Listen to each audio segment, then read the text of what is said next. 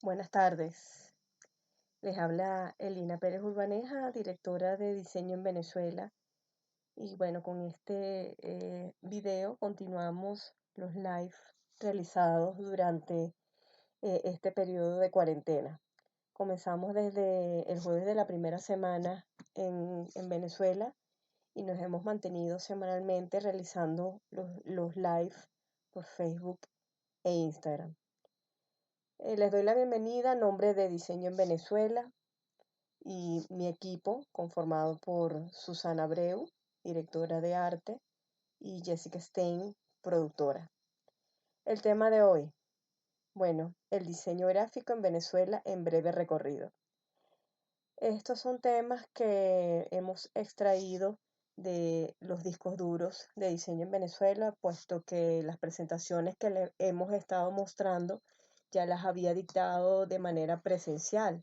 En el caso de esta ponencia que hoy les estoy mostrando, la llevé en el 2015 a la Universidad Nacional de Colombia en Bogotá, porque para aquel momento fui invitada para la cátedra Marta Traba. Y en ese momento, bueno, di dos charlas. Esta, que fue para los estudiantes de la Escuela de Diseño Gráfico de la Universidad Nacional, y otra charla para la cátedra como tal. Sí les debo explicar que la presentación no fue modificada, o sea, no fue modificada en cuanto a contenido, pues sí, nuestra directora de arte la rediseñó. Por lo tanto, la información que vamos a conseguir acá se detiene en el 2014. Y bueno, como la presentación fue inicialmente concebida para un público no venezolano, entonces se trata de una panorámica histórica desde los inicios de la gráfica y del diseño en Venezuela con la llegada de la imprenta el 23 de septiembre de 1808.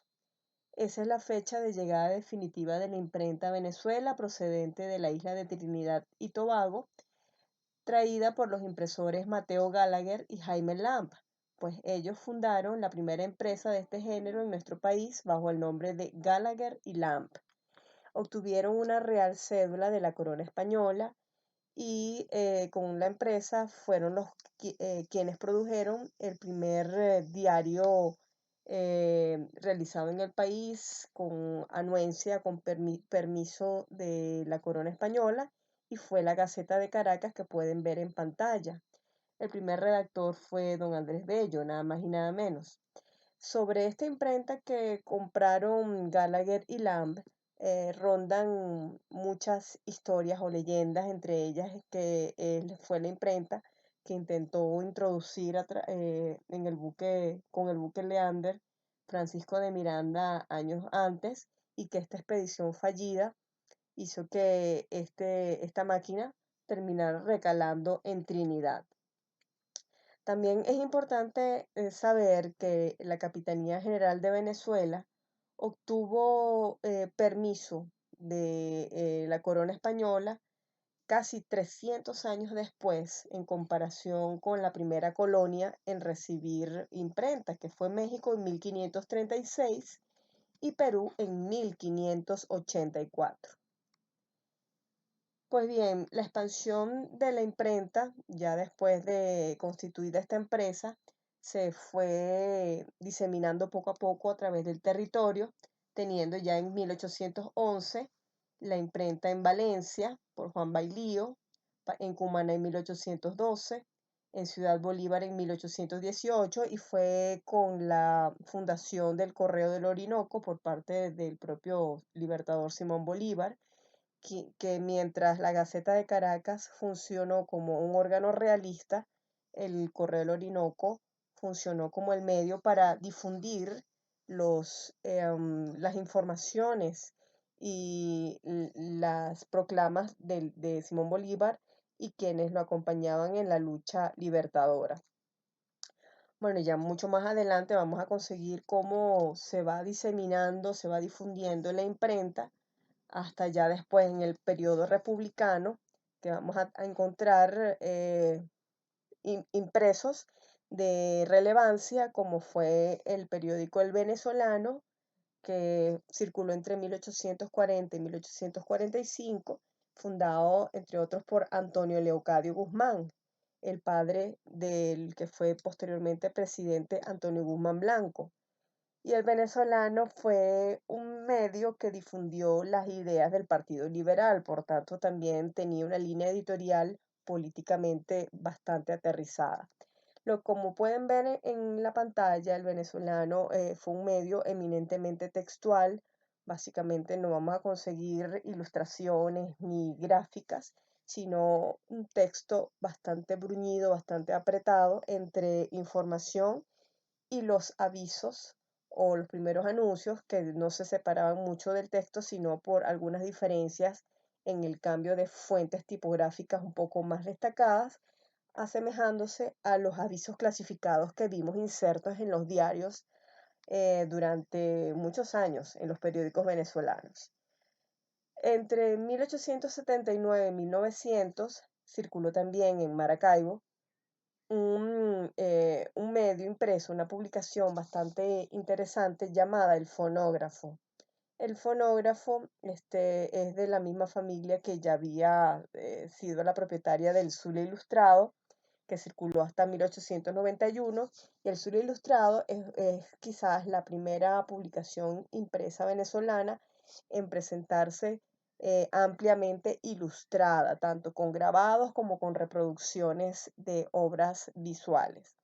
El Zulia Ilustrado nació en Maracaibo, igual que el fonógrafo, y fueron publicaciones que en su momento fueron producidas con tecnología de punta, y esto tiene que ver con el contexto de la Maracaibo de ese momento, de finales del siglo XIX, con que poseía un puerto de gran movimiento económico, de gran movimiento comercial, y que además no solamente surtía el extremo occidente venezolano, sino también aparte del territorio colombiano que se conecta por vía terrestre.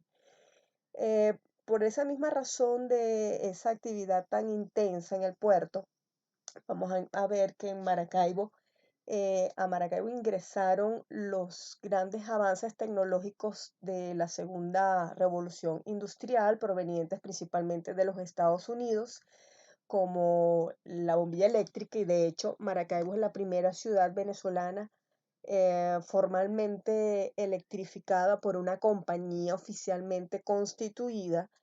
Vamos a ver que por allá ingresó también el fonógrafo, la fotografía y otros avances, ¿no? En el caso de este diario, el mismo nombre elegido para el mismo habla de esa vocación de innovación tecnológica. El fonógrafo fue el antecedente de los tocadiscos. Y además este diario ha sido estudiado minuciosamente por dos profesoras de la Universidad del Zulia, de Luz, perdón, Hilda Benchtetrit y Nilda Bermúdez, quienes han publicado diferentes papers, diferentes ensayos relacionados con este medio, no solamente revisándolo a nivel histórico, sino también analizándolo a nivel de diagramación y diseño. Varios de estos escritos se pueden conseguir en Internet. Y para 1892 en Caracas surgió el Coge Ilustrado. Es un medio también impreso que siguió un poco el estilo de lo que fue el Zulia Ilustrado, y su nombre tiene que ver con el defecto de su editor, José María Irigoyen, quien era cojo. Este fungió como un medio cultural de divulgación literaria, musical, incluso de artes visuales, y fue también ampliamente ilustrado. De hecho, también en el Coge Ilustrado, a principios del siglo XX, vamos a conseguir la publicación de fotografías, teniendo hasta ya algunas portadas con fotografías bastante destacadas. No obstante, se considera que los verdaderos pioneros del diseño gráfico venezolano han sido los artistas plásticos, que con su quehacer, con los conocimientos técnicos y el dominio de las artes gráficas, han sido quienes llevaron adelante en esa transición siglo XIX, principios del siglo XX, el trabajo que hoy ejecutan profesionalmente los diseñadores, tales como el diseño de marcas, la diagramación y diseño de publicaciones impresas, la elaboración de carteles comerciales, etc. Aquí tenemos algunos ejemplos de 5 artistas cuyo trabajo en el diseño no han sido todavía abordados o estudiados, como Luis Guevara Moreno, que no obstante se realizó en el Museo Crudiés una retrospectiva de su obra gráfica, el maestro Mateo Manaure, Alirio Palacios. En el caso de Alirio Palacios fue docente del Instituto de Diseño, dio clases de ilustración y Alirio Palacios trabajó en el departamento de diseño y creó muchos carteles en el INCIBA, lo que fue el Instituto de Cultura y Bellas Artes, vamos a decir el antecedente de lo que hoy es el Ministerio de Cultura. Y Alirio Palacios además estudió artes gráficas en China y en Polonia, o sea que tuvo una formación bastante completa. En el caso de Manaure, Manaure llegó a Caracas, procedente de su Monagas natal, a trabajar en una imprenta y en la imprenta es que le recomiendan ingresar en la Academia de Bellas Artes.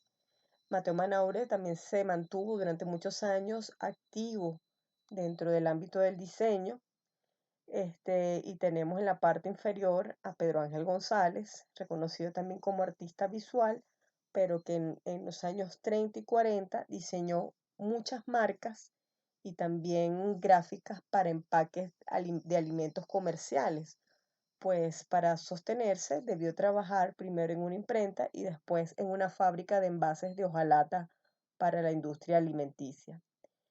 Entre las marcas memorables creadas por Pedro Ángel González estuvo la de la manteca Los Tres Cochinitos, que hasta hace poco se mantuvo vigente. Y el quinto artista resaltado acá es el maestro Carlos Cruz Diez, de quien sabemos que entre los años 30, 40 y principios de los 50 trabajó ampliamente como ilustrador y como diseñador. Realizó ilustraciones para diferentes publicaciones, diagramó libros, diseñó portadas para también libros. Trabajó como director creativo de unas cuantas revistas, entre ellas la revista El Farol, y también fue director de arte de agencias publicitarias como McCann Erickson, antes de terminar de decidirse emigrar a Francia y dedicarse totalmente a su obra plástica. No obstante, Cruz Diez siempre se mantuvo durante su vida pendiente del desarrollo del diseño en Venezuela y con mucha justicia el Museo de la Estampa y del Diseño lleva su nombre. El maestro Cruz Diez, justamente de los años 50, me facilitó estas 3 imágenes digitalizadas que pertenecieron a un curso de diseño publicitario que se abrió en la recién nacida Escuela de Artes Plásticas Cristóbal Rojas, mucho antes, como podemos ver a nivel cronológico, con respecto a la fundación del Instituto de Diseño, donde Luis Guevara Moreno, como director, abrió el espacio para un curso muy particular dictado por Carlos Cruz Diez y Gerd Leufert sobre diseño para la publicidad, con el resultado que fueron afiches diseñados por los estudiantes o por los cursantes.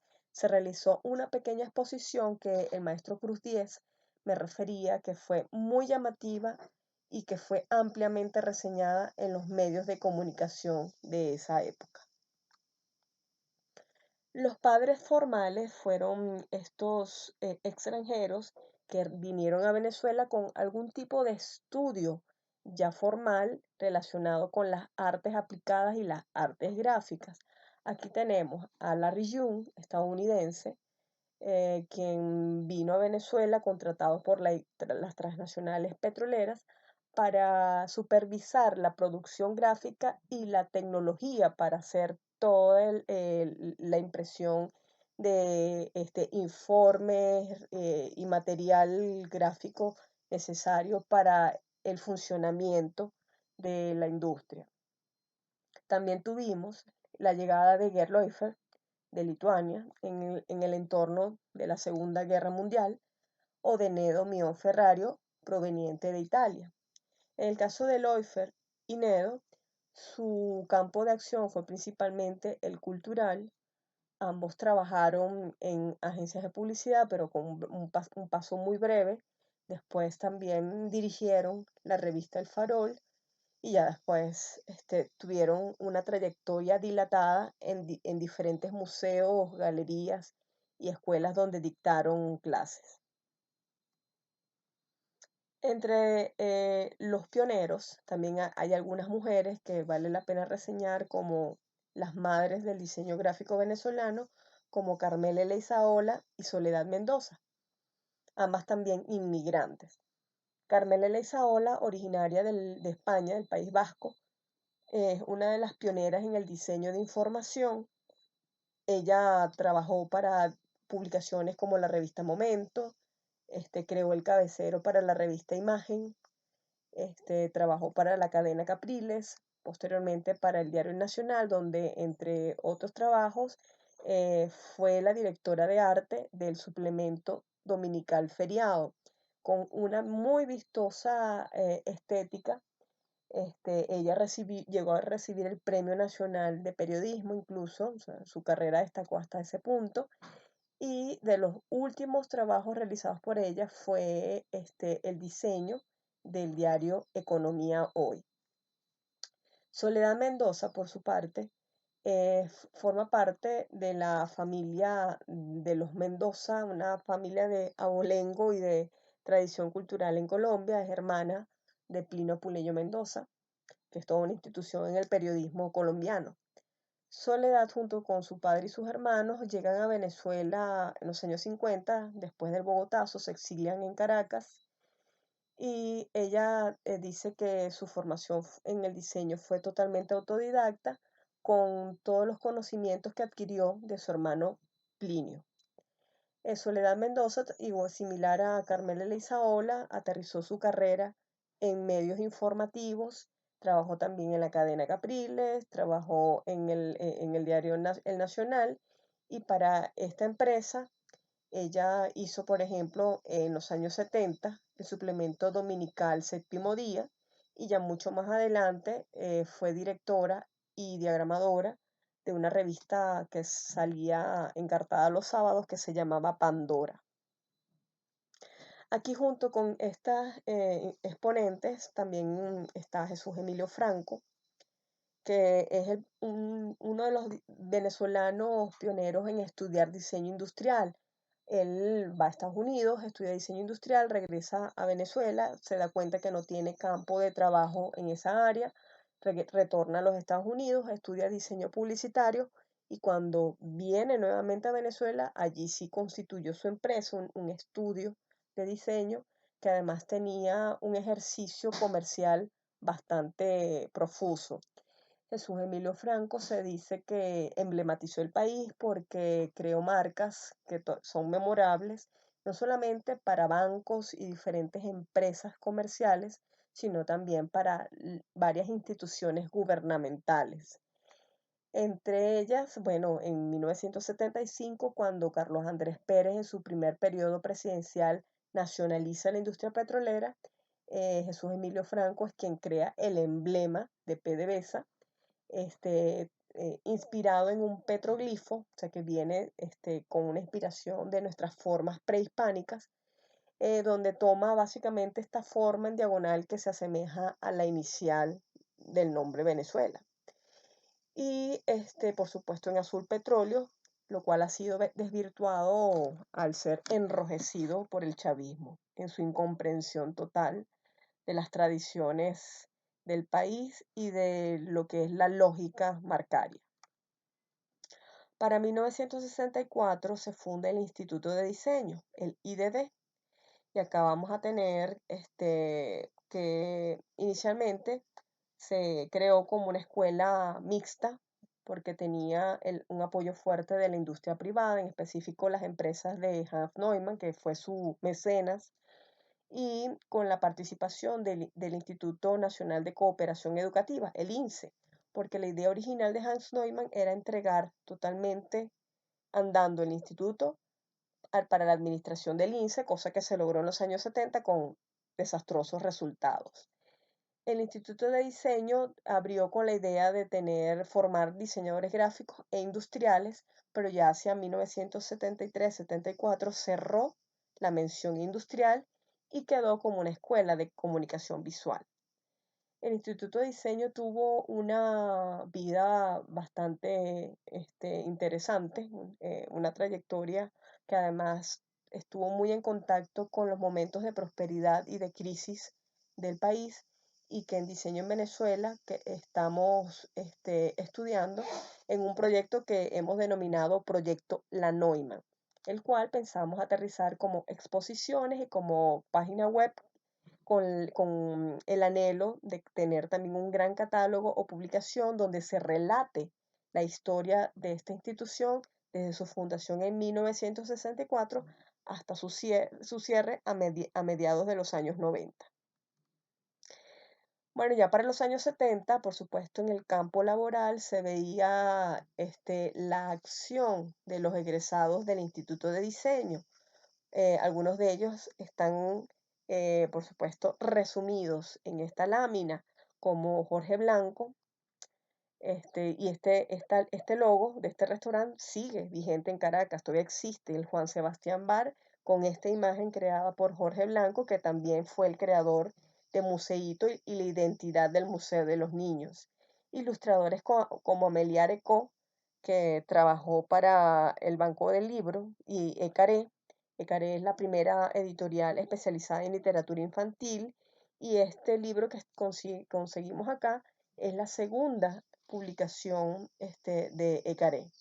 Pedro Mansilla, que también se considera discípulo de John Lang, que fue director del IDD. Pedro Mansilla trabajó principalmente en el área editorial y fue coordinador durante los años 80 del IDD. Menena Cotán, aquí tenemos dos imágenes de Menena Cotán, una en el área marcaria y en el otro en la diagramación para Monte Ávila Editores. Es una de las pocas mujeres, bueno, igual como Amelia Arecó, en trabajar siendo egresada del IDD, porque lo más común es que muchas de las mujeres que pasaron por el IDD terminaran graduándose y después casándose y colgando el diploma. Entonces, ella se mantiene activa, muy dedicada a la ilustración y creación de cuentos para niños. Para los años 80, bueno, hablamos de la primera gran crisis de la época contemporánea conocida por Venezuela, y en la imagen están dos hechos noticiosos que fueron importantes. En el 83, lo que fue lo relacionado con la devaluación del bolívar, el Viernes Negro, y en la imagen pequeña, lo que fue el cierre de los años 80, en el 89, con el 27 de febrero o el Caracazo. Y bueno, en los años 80, pese a la crisis, el diseño venezolano se mantuvo en buen estado de salud y incluso ante el descenso de las importaciones por la misma devaluación del bolívar, obligó a muchas empresas a recurrir al diseño local, a los diseñadores del país. Bueno, y acá hay una pequeña muestra de diferentes tipos de piezas. Entonces, al principio está una revista de tópicos que venía de las transnacionales petroleras y después fue totalmente adquirida o heredada por Maravén, una de las filiales de PDVSA, y su diseñador fue Oscar Vázquez. Esta revista la tengo, y bueno, como anécdota está que, bueno, cuando estaba comenzando a estudiar comunicación social, asistí a un evento de Maravén sobre comunicación corporativa, y la única charla de la que todavía me recuerdo fue la de Oscar Vázquez, porque él hablaba de publicaciones impresas de vanguardia y mostró justamente este ejemplar para celebrar los 50 años de la revista Tópicos. La revista, bueno, realmente viene por el estudio ABB, era el estudio fundado por Vázquez, por Oscar Vázquez, junto con Valesca Belisario y Carolina Arnal. A su lado tenemos un cartel de la Universidad del Zulia, hecho por el artista visual Ender Cepeda. Es que esta universidad, o sea, Luz, tiene en su haber una hermosa cantidad de carteles diseñados por artistas locales, todos relacionados para diferentes eventos de la universidad. Tenemos también acá empaques eh, por José Cremades, que desde los años 70 estableció un estudio especializado en el diseño de empaques, no solamente el empaque como pieza tridimensional, sino la gráfica para los mismos. En el extremo tenemos portadas para discos, que también fue un elemento interesante en los años 80 ante la competencia férrea de dos grandes empresas discográficas como fueron Sonográfica y Sonorotben. Aquí vemos, por ejemplo, una portada realizada por Alvise Saki, recientemente fallecido, para el grupo Daiquiri. Y en la parte de abajo tenemos un logotipo para el Censo 90 que fue seleccionado por concurso abierto. El ganador fue William Chávez y este imagotipo fue utilizado en efecto por el gobierno para identificar esta actividad.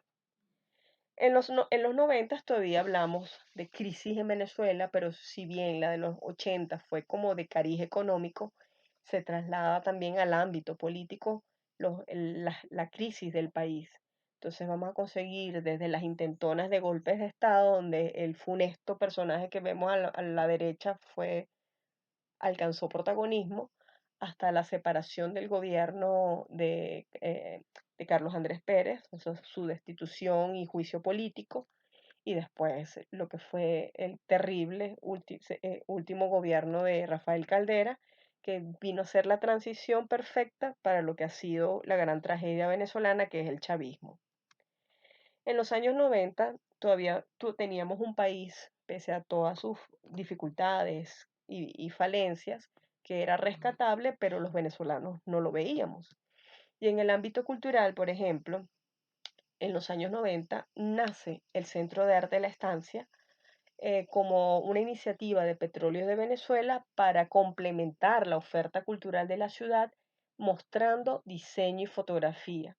El terreno donde está el Centro de Arte de la Estancia era una hacienda cafetalera de la época de la colonia, protegida como patrimonio cultural por el municipio, y en el momento en que el Centro de Arte de la Estancia fue creado, era con la intención realmente ese terreno de ser la nueva sede o ser ocupado por la nueva sede de Petróleos de Venezuela, pero esa protección patrimonial impidió la demolición de la casona y la ocupación de esos espacios, entonces se decidió darle otra utilidad. En el Centro de Arte de la Estancia se produjeron exposiciones nacionales con investigaciones propias, entre ellas la primera exposición sobre diseño industrial que fue Detrás de las Cosas, y lo que fue después el catálogo DGB 708090 en 1996, cuya publicación viene a continuar un poco el trabajo que ya había hecho Alfredo Armas Alfonso en 1985 con el libro Diseño Gráfico en Venezuela. Ya para esta época hay identificados algunos héroes para el diseño nacional, para el diseño gráfico, como Álvaro Sotillo, John Moore, John Lange o Santiago Paul. Y aquí tenemos cuatro piezas justamente relacionadas con el quehacer de estos cuatro héroes del diseño. Y esto es un apelativo que tomo de Guy Juliet, quien ha abierto una línea de investigación llamada Cultura del Diseño. En la parte superior vemos el diccionario de Historia de Venezuela de la Polar, que habla justamente del quehacer destacado en el ámbito editorial por Sotillo. A su lado está un cartel de Santiago Pol.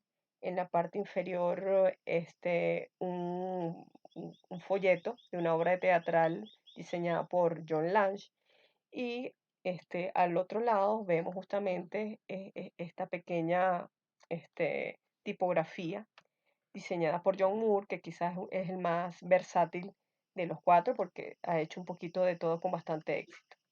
Y entre las heroínas o mujeres destacadas, un poco resaltando los aspectos de género, tenemos a Anita Reina y Gabriela Neri. Anita, sobre todo, se ha afianzado en el diseño gráfico para restaurantes.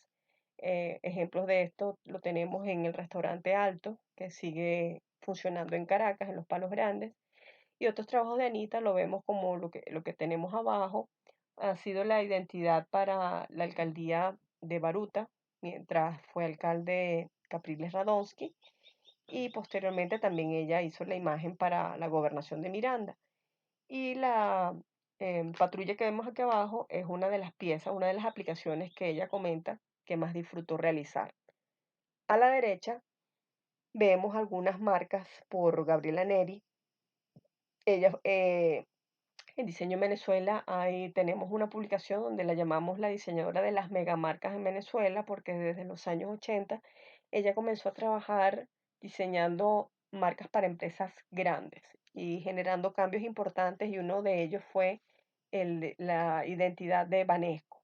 El primer Banesco que vemos arriba revolucionó totalmente la identidad de la marca de la banca venezolana, y esto fue un hecho estudiado y revisado en reportajes y artículos, porque primero diversificó a dos colores la identidad de nuestra banca, y después por la manera tan extensa de sus aplicaciones, porque tomaba en cuenta hasta el interiorismo de las agencias y los uniformes de los empleados.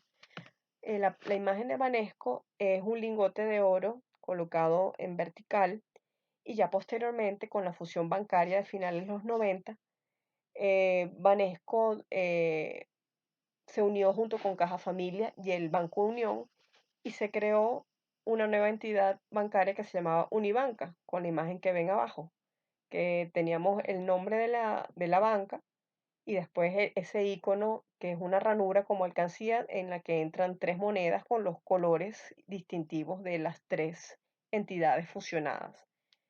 Cuando esto ocurrió, después se hizo un pequeño estudio de mercadeo y se encontró que el nombre Banesco tenía gran recall entre los clientes y la población.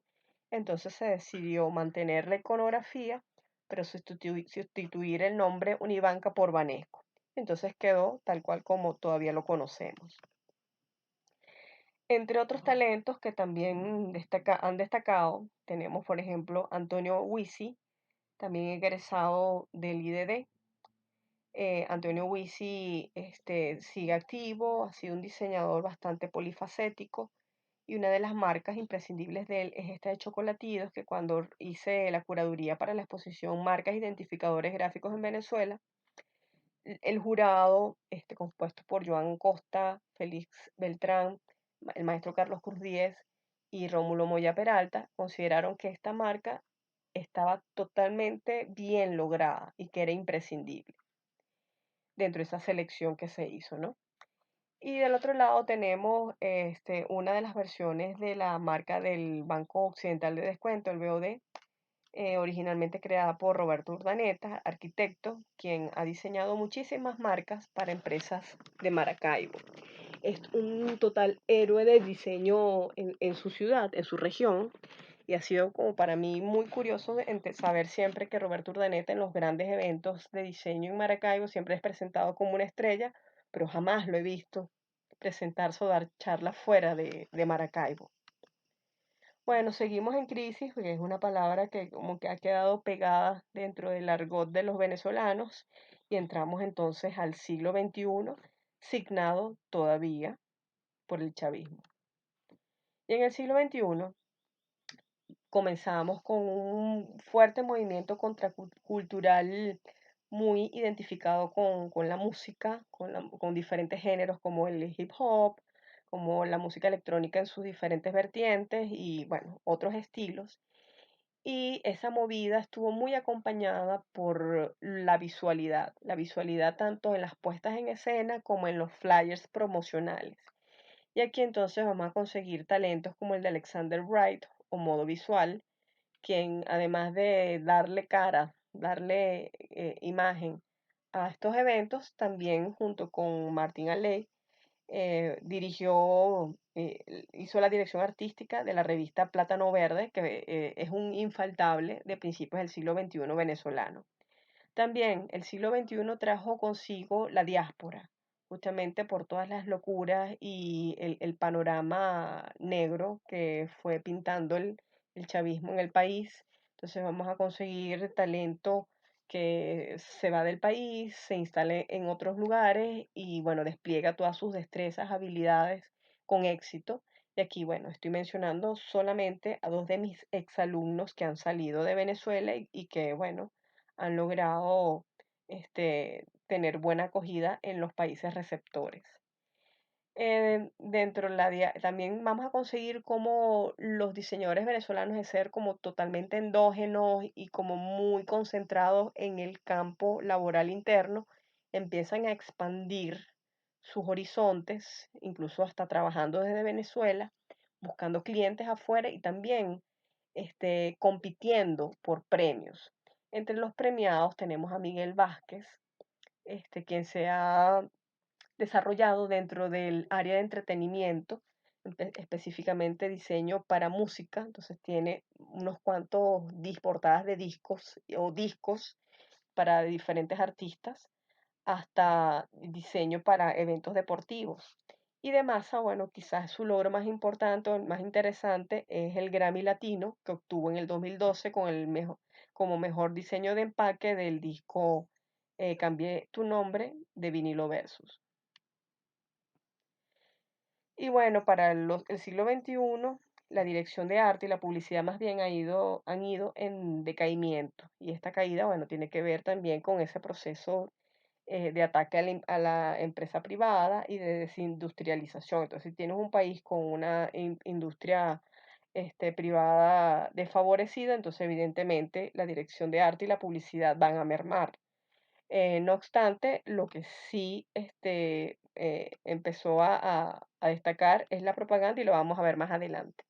También vamos a conseguir el fenómeno emprendedor entre los diseñadores con diferentes formas de hacerlo. Quizás lo más extendido a principios del siglo XXI con sus respectivos mercaditos de diseño que además empezaron a proliferar horriblemente y muchos sin mucho criterio fue los diseñadores gráficos generando gráfica, generando visualidad para elementos tridimensionales, para productos, sobre todo accesorios. Y de los más destacados estuvo Hot Chocolate Design.